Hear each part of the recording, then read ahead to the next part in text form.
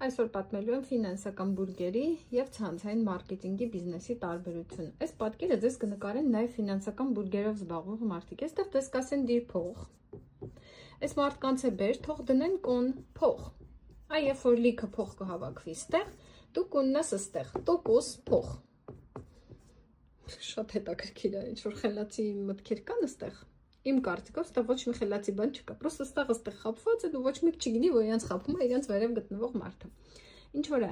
ցանցային մարքեթինգի բիզնեսում դու չես դնում փող, դու օգտվում ես քո ֆիրմայի պրոդուկտից, ապրանք։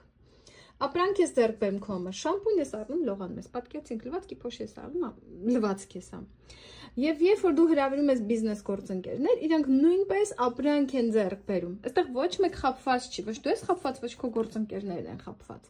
Երբ որ մարդիկ ապրանքը ձեռք են բերում իրենց համար, դու ստանում ես տոկոս իրենց առևտրային շրջանառությունից։ Պրիտոմ, տեսեք, դու ոչ մի ապրանք չես առնում, տանում պահեստավորում, զբաղվում առաքումներով եւ այլն։ Դու օգտվում ես պատրաստի բիզնես մոդելից։ Ցանցային մարքեթինգի բիզնեսի գաղափարը հենց դրանով է հրաշալի, որ դու չունես, քեզ պետք չի ոչ գաղափար, ոչ էլ մեծ փողажներ դնելու համար։ Դու ուղղակի քո համար գնումներ ես անում ամեն պերիոդի ընթացքում որոշակի չափով մեր ընկերությունում դա կազմում է 30-ից 35,000 դրամ։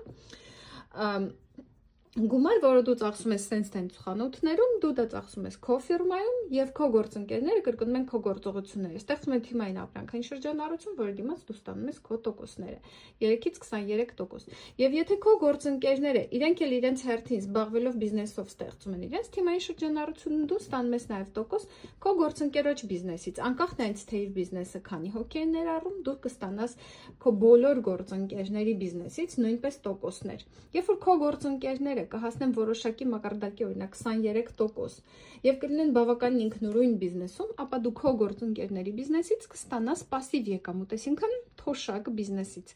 Այստեղ է թաքնված ցանցային մարքեթինգի բիզնեսի գաղտնիքը։ Երբ որ դու սկսում ես բիզնես եւ դու մի օր անցնում ես пассив եկամուտի, դու մի օր գնում ես թոշակի, այսինքն դու ծերանում ես, կամ 10 տարի հետո դու գնում ես թոշակի եւ ստանում ես քո արդեն ստեղծած բիզնեսից տոկոս։